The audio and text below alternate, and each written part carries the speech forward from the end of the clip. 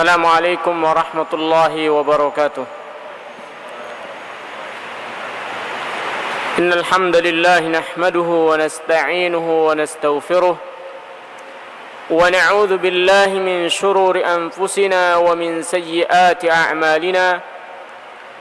Man yahdihillahu fala mudilla lahu wa man yudlilhu fala hadiya lahu.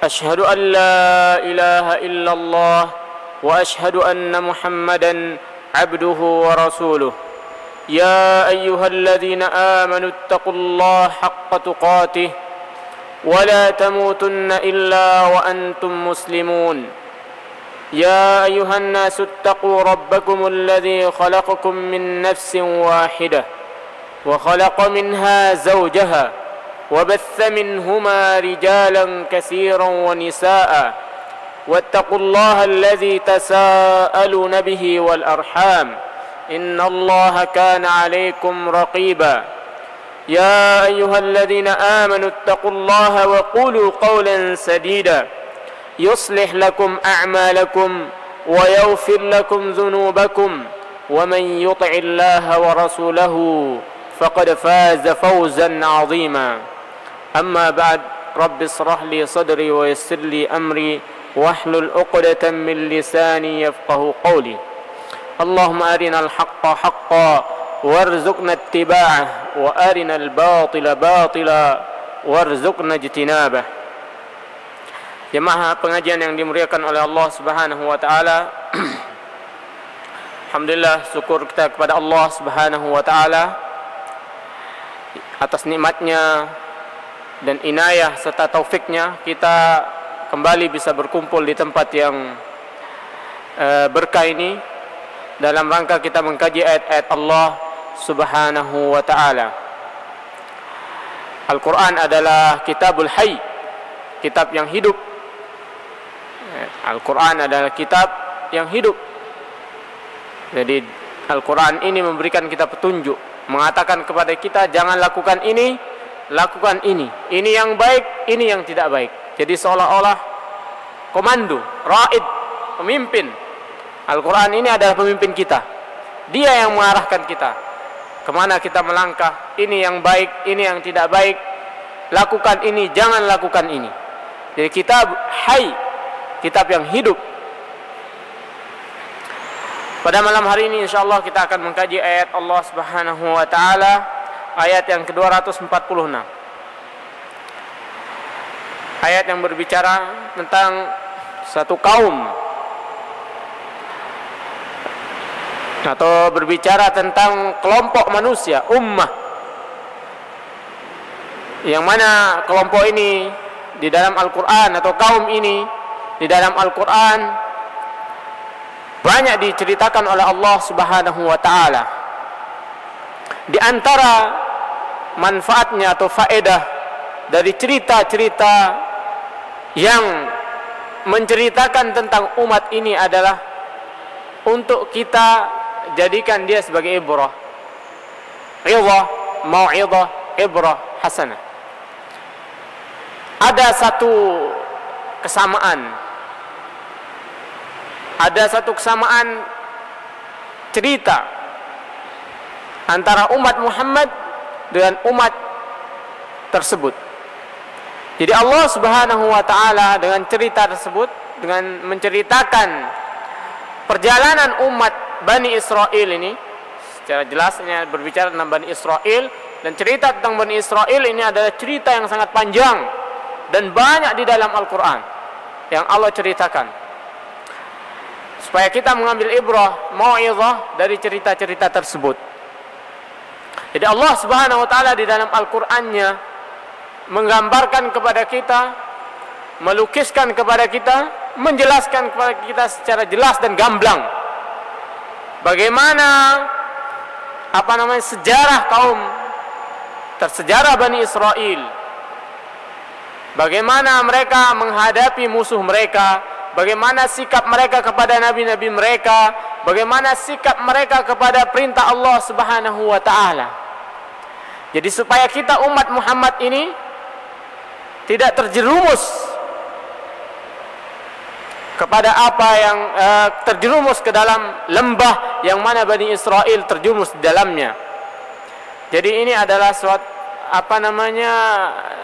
perumpamaannya seperti misbah lampu. Kalau dalam bahasa Said Qutb mengatakan yuniru lakat thariq.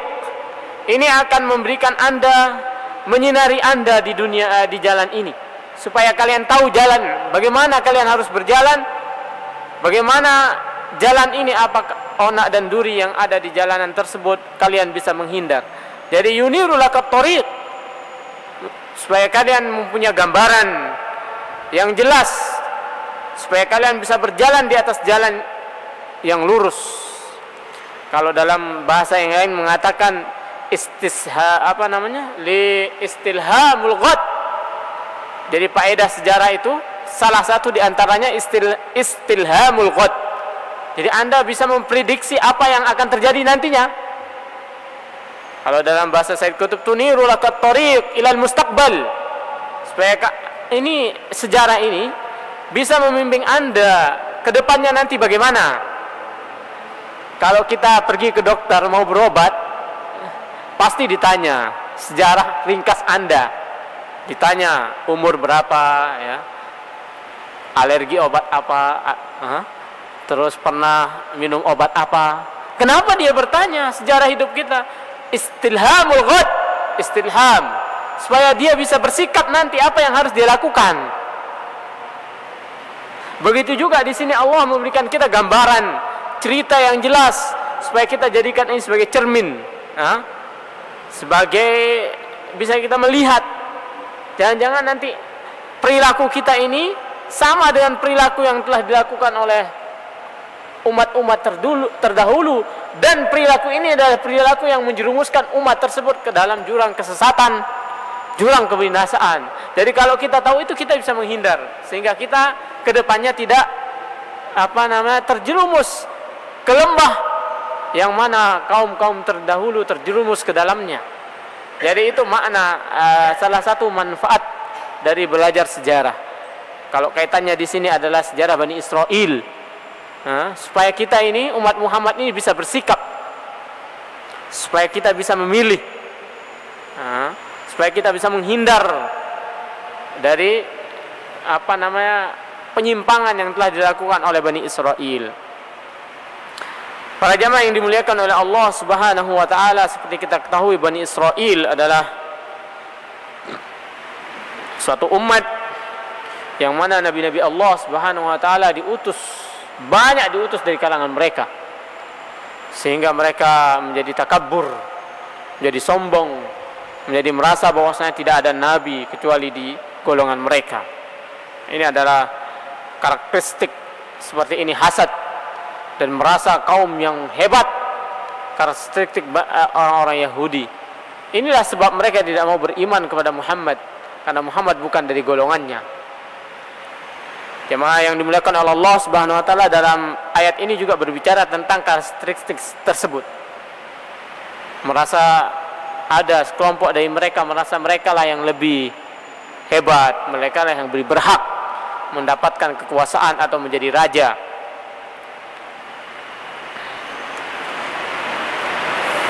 Para jemaah yang dimuliakan oleh Allah Subhanahu wa taala, mari kita kaji ayat Allah Subhanahu wa taala, ayat yang 246 dari surat Al-Baqarah.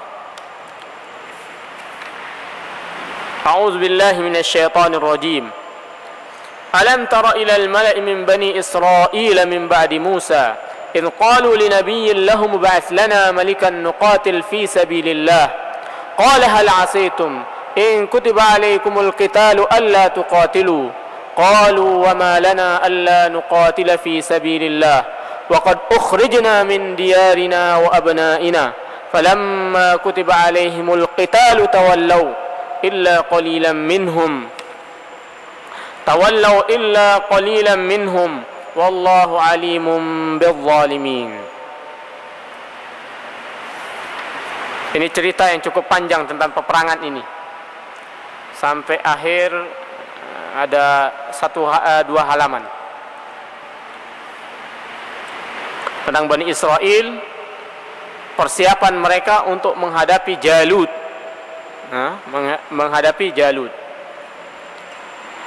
Alam tara ilal mala'i min bani Israel, tidakkah sampai pengetahuan kalian, atau tidakkah kalian mengetahui al-mala', sekelompok pembesar Bani Israel, orang-orang orang-orang inteleknya Bani Israel, atau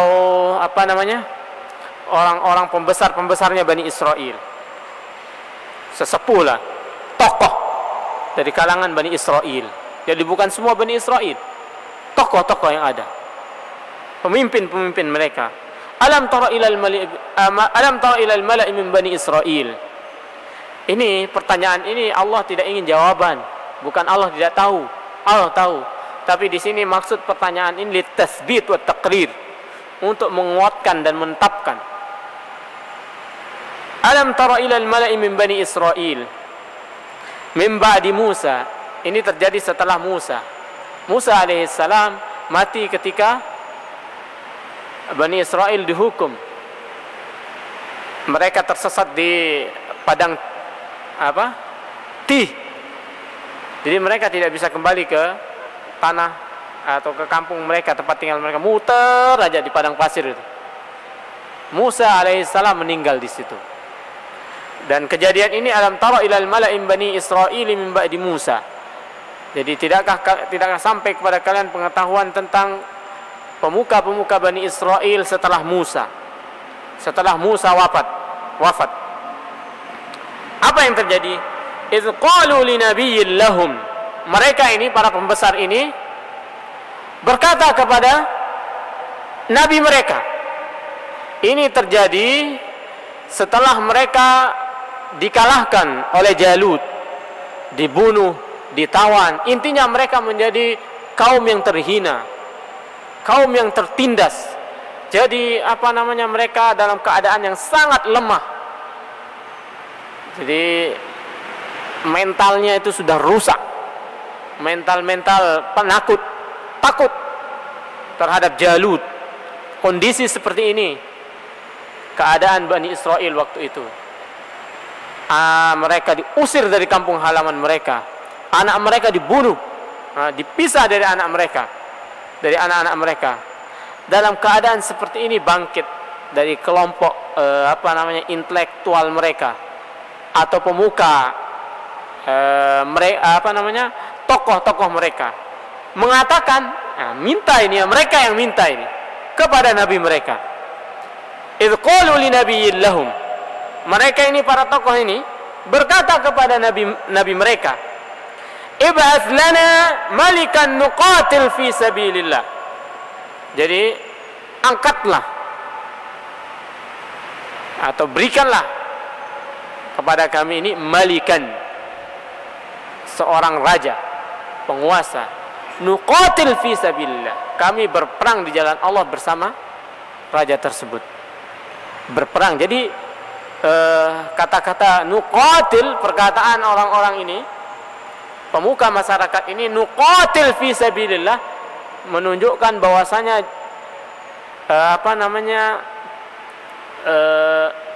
mereka berperang itu untuk apa? Jadi perang yang mereka lakukan ini sudah jelas, fi sabilillah. Bukan tidak jelas lagi kita berperang untuk apa.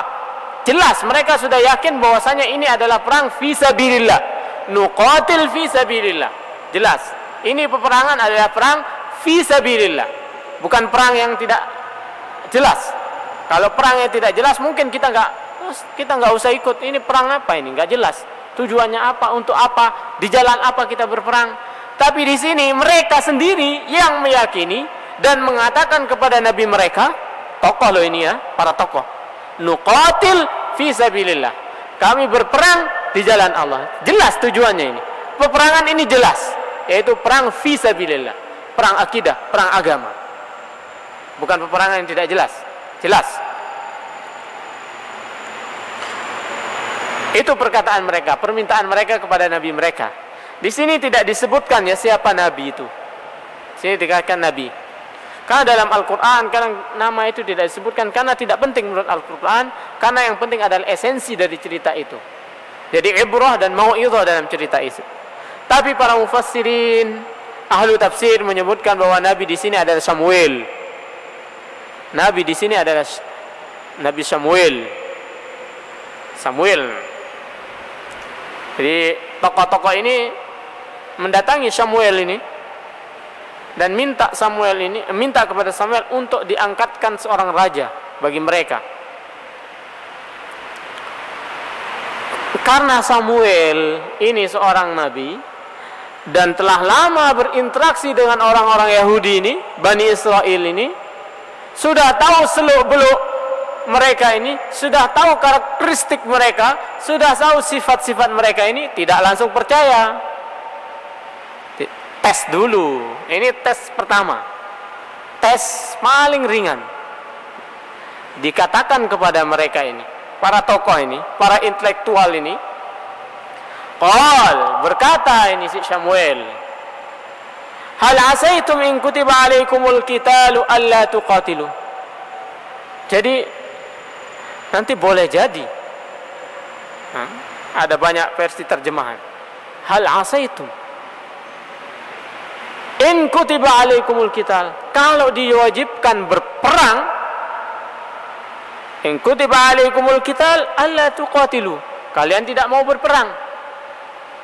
Kenapa Samuel ini berkata demikian? Karena dia tahu karakteristik ini kaum, ini orang, ini bangsa pengkhianat, bangsa suka mengingkari janji, bangsa pengecut, bangsa paganis yang suka nyembah berhala. Dari zamannya Musa alaihissalam dan sebelum Musa, bangsa pengecut dihinakan oleh Firaun. Sampai Musa diutus menyelamatkan mereka. Diselamatkan oleh Allah Subhanahu wa taala melalui perantara Musa alaihissalam. Diperlihatkan mukjizat Allah Subhanahu wa taala. Setelah mereka diselamatkan, apa permintaan mereka? Lihat orang-orang nyembah. Dia berkata kepada Musa, Musa bikinkan Tuhan kepada kami ini sebagaimana Tuhan-Tuhan mereka ini. Ini adalah karakteristik kaum atau bangsa ini. Jadi Samuel ini sangat paham. Banyak ceritanya Bani Israel ini, silakan dilihat dalam Al-Quran.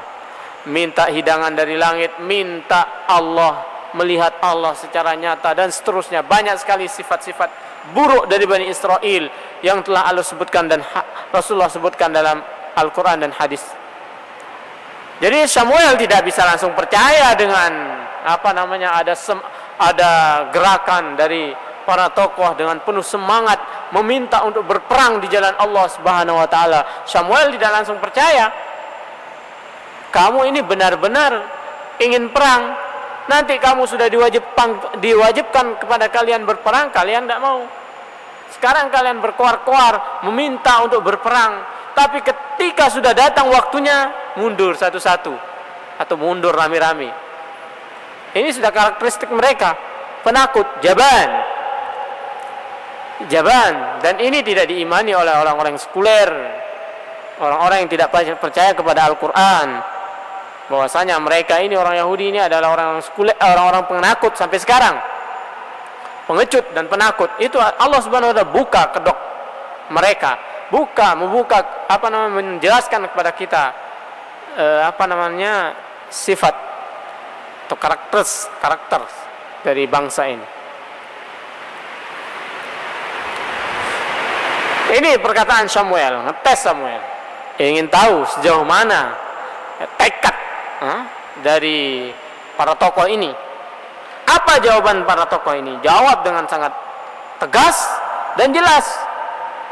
Diulang lagi bahwasanya peperangan ini jelas, tidak ada yang abu-abu di situ, jelas. Dia ulang lagi sama para tokoh ini. Apa jawaban mereka? Qalu, mereka para tokoh ini berkata, wa ma lana alla nuqatil fi sabilillah. Bagaimana kami tidak mau berjuang atau berperang fi sabilillah? Nah, diulang lagi ini ya. Perang fi sabilillah. Wa ma lana alla nuqatil. Apa yang menyebabkan kami tidak mau berperang di jalan Allah Subhanahu wa taala? Wa qad ukhrijna min diyarina wa abnaina. Kami ini sudah terusir, dan kami sudah dipisah dari anak-anak kami. Ini keadaan mereka waktu itu, diporak-porandakan oleh Jalut. Qala hal wa qad ukhrijna min diyarina wa abnaina. Jadi ini yang menyebabkan kami berperang, perang di jalan Allah. Membela kehormatan, membela agama kami. Jadi sudah jelas tujuannya, jelas, dan mereka yang meminta. Tapi apa yang terjadi?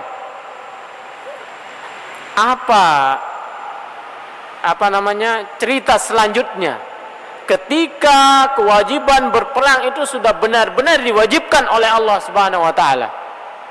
Bagaimana sikap mereka? Disitulah kelihatan jati diri mereka, hakikat mereka sebenarnya, sifat asli mereka, karakteristik mereka. Di sini Allah Subhanahu wa taala jelaskan, falamma kutiba alaihimul qital, ketika qital itu, perang itu diwajibkan atas mereka, tawallau, mereka berpaling, mundur, kabur. Illa qalilan minhum, kecuali sedikit di antara mereka. Jadi tidak mudah kita percaya sama omongan. Jadi omongan itu perlu bukti. Di ayat ini Said Qutb rahimahullah menjelaskan sangat indah karakteristik Bani Israel, kemudian karakteristik pemimpin. Apa sifat-sifat pemimpin? Apa yang harus dimiliki oleh pemimpin? Dijelaskan dengan sangat indah. Bisa membaca di bukunya Zilalil Quran, sudah diterjemah ke dalam bahasa Indonesia. Tapi tidak semua terjemahan yang bisa dipahami maksudnya.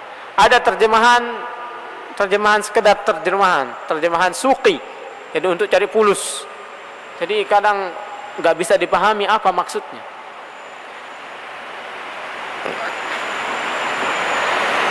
Falamma kutiba alaihimul qital, ketika perang itu telah diwajibkan atas mereka, tawallau illa qalilan minhum, mereka berpaling kecuali sedikit di antara mereka.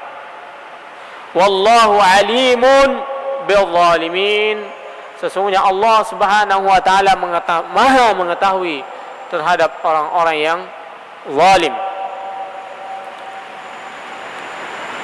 Zalim, mereka ini zalim. Zalim terhadap diri mereka, zalim terhadap nabi mereka, zalim juga terhadap kebenaran itu.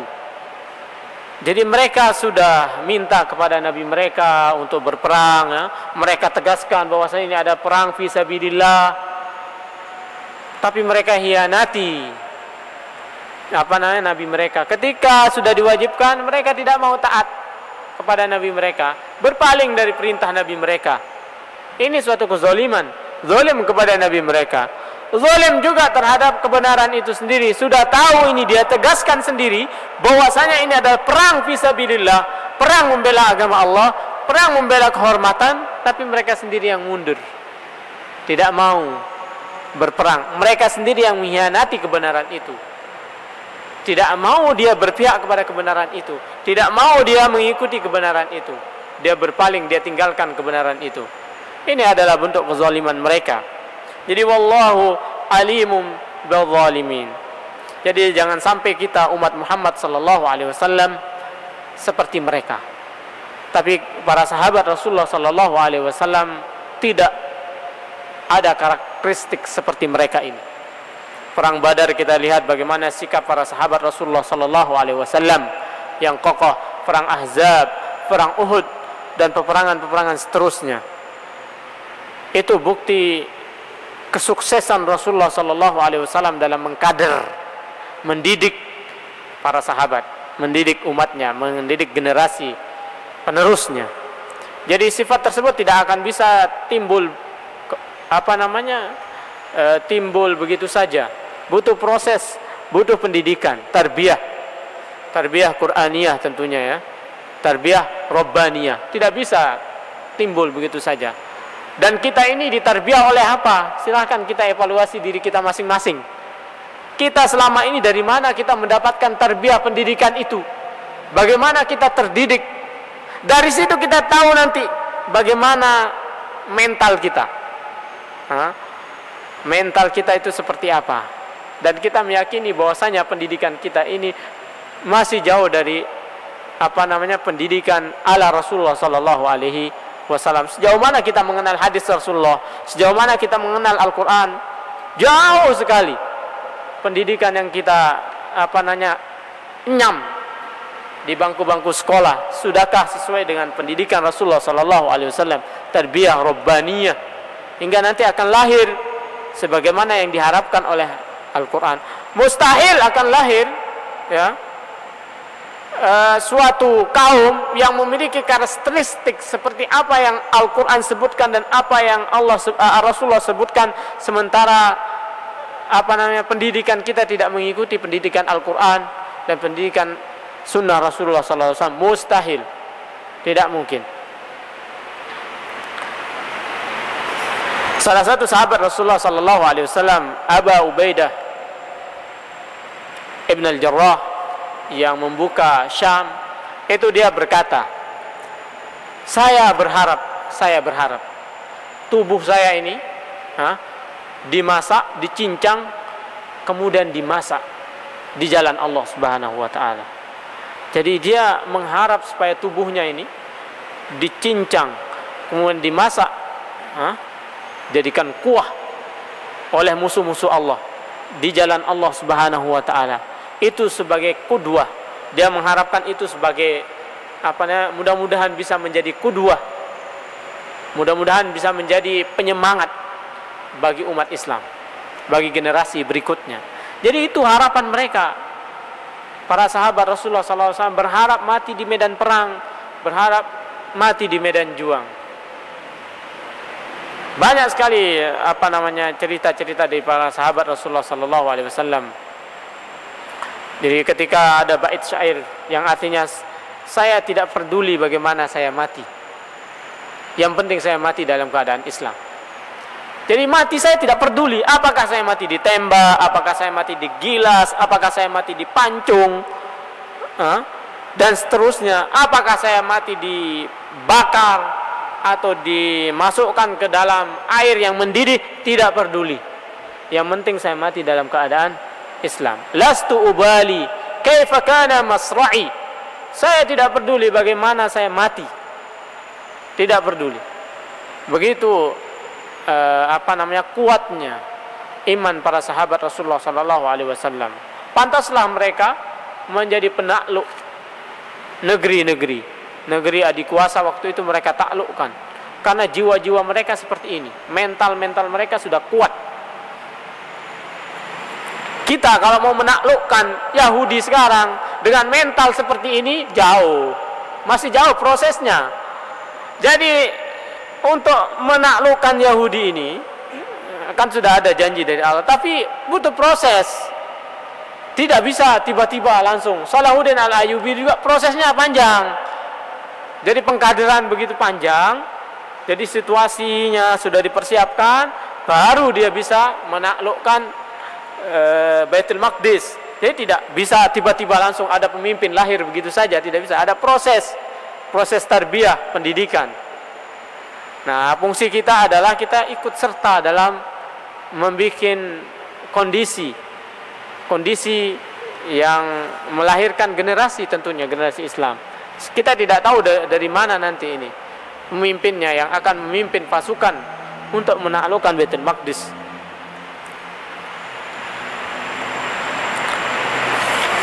Para jamaah yang dimuliakan oleh Allah Subhanahu wa taala, demikianlah karakteristik dari Bani Israel yang Allah sebutkan di ayat ini supaya kita bisa mengambil ibrah dan pelajaran. Kemudian Samuel mengabulkan permintaan dari Bani Israel ini, dari kaumnya. Apa katanya? Wa qala lahum nabiyuhum. Samuel berkata kepada mereka, Inna Allaha qad ba'atha lakum Talut malika. Allah Subhanahu wa taala telah mengangkat Talut sebagai raja kalian. Talut dijelaskan oleh mufassirin bahwasanya ini adalah laqab, gelar bukan nama aslinya. Talut artinya di sini adalah panjang, tinggi. Jadi orangnya tinggi. Diceritakan bahwasanya Talut ini orangnya gagah, kuat, bodinya bagus, tampangnya menarik. Dijelaskan Talut, makanya dia diberi gelar Talut. Nama aslinya adalah Syaril ibni Qais. Dia dari keturunan Binyamin. Dari keturunan Binyamin ini tidak ada nabi, tidak ada raja. Raja dari Bani Israel itu keturunan dari dua orang dari keturunan Yakub alaihissalam. Pertama adalah keturunan dari Yahuda. Jadi raja-raja Bani Israel itu dari dua keturunan. Kalau tidak dari Yahuda bin Yakub, maka dari Lawi ibn Yakub. Dari dua tersebut. Contohnya adalah Musa dan Harun itu dari keturunan Lawi ibn Yakub. Musa dan Harun. Kemudian Daud wa Sulaiman itu dari Yahuda ibn Yakub. Jadi dua dari dua orang itu, keturunan raja-raja. Tiba-tiba sekarang diangkatlah si Talut. Ini keluar dari kebiasaan. Ini bukan dari keluarga raja. Ini bukan dari golongan darah biru. Kok dia bisa jadi raja? Inilah yang menyebabkan Bani Israel tidak mau keluar dari darah biru. Ini bukan darah biru, ngapain dia jadi raja? Kami tidak mau.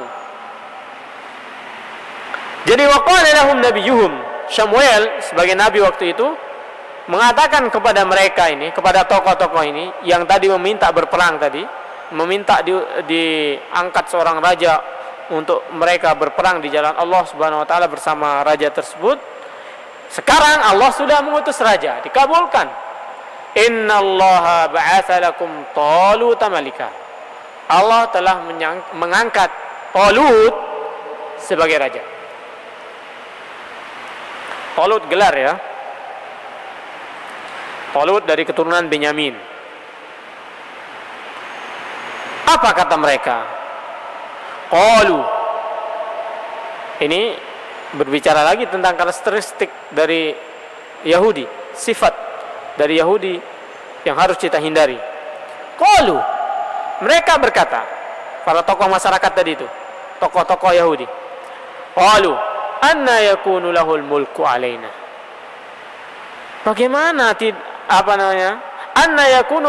bagaimana dia bisa menjadi raja terhadap kita-kita ini? Padahal wa nahnu ahaqqu bil mulki min. Padahal kita ini lebih berhak dari dia. Ini gaya menurut pikiran mereka ya. Menurut pikiran mereka bahwasanya Allah ini salah ini mengangkat orang. Loh, kok ngangkat Talut? Yang berhak itu kita. Nah ini gaya orang Yahudi ini ya. Pilihan Allah tidak mau. Pilihan hawa nafsunya yang dia pilih. Allah bilang misalnya, nah ini jangan kita ikuti ini. Allah bilang tutuplah aurat kalian, pakailah jilbab. Enggak. Tidak sesuai dengan zaman. Ini ikut gaya Yahudi. Jadi pilihan Allah itu tidak mau diikuti. Ikutilah apa yang Allah pilihkan terhadap kalian. Dan itulah yang terbaik. Allah katakan jagalah aurat kalian, pakailah jilbab, hormatilah tetangga kalian. Enggak, itu enggak baik. Ini zaman tidak sesuai dengan zaman itu, dengan pakaian itu. Pakaian itu bagi kaum-kaum jahiliyah waktu itu adalah adat jahiliyah. Apa yang menjadi pilihan Allah tidak dia ikuti. Lalu, bagaimana dia mau jadi raja? Padahal kamilah yang lebih berhak menjadi raja. Kenapa? Nah, ini alasannya Bani Israel ini. Walam yu'ta sa'atan minal mal. Ini si Talut ini tidak diberikan kelapangan rezeki. Bukan dari golongan orang kaya. Jadi menurut kacamata atau cara berpikir orang Yahudi, yang berhak menjadi pemimpin dan raja adalah orang yang punya keluasan harta. Hartalah orang yang berharta, itulah yang berhak menjadi raja. Nabinya berkata kepada mereka, Samuel menyebutkan beberapa alasan yang menyebabkan bahwa Talut itu berhak menjadi raja. Dari kacamata iman, bukan dari kacamata hawa nafsu. Samuel berkata, Inna Allah astafa alaikum. Allah subhanahu wa ta'ala telah memilih dia menjadi raja kalian. Ini pilihan Allah, wahai Bani Israel. Kenapa kalian tidak mau? Kalian tolak pilihan Allah. Ini adalah karakteristik dari Yahudi, Bani Israel. Tidak mau mengikuti apa yang Allah perintahkan atau pilihan Allah subhanahu wa ta'ala. Kemudian yang kedua, wazadahu bastatan fil ilmi wal jism. Kemudian Talut ini dibekali oleh Allah subhanahu wa ta'ala dengan pengetahuan yang luas. Orangnya intelek, orang yang memiliki wawasan, Talut. Kemudian wal jism, kuat juga fisiknya. Di samping kuat otaknya, wawasannya kuat, badannya juga kuat. Ini ada 3 yang menjadikan Talut berhak menjadi raja. Allah yang memilih dia. Sebenarnya ini sudah cukup ya. Ini adalah pilihan Allah. Yang kedua, Allah subhanahu wa ta'ala telah membekali si Talut ini kekuatan intelektual. Jadi kekuatan otak, orangnya cerdas.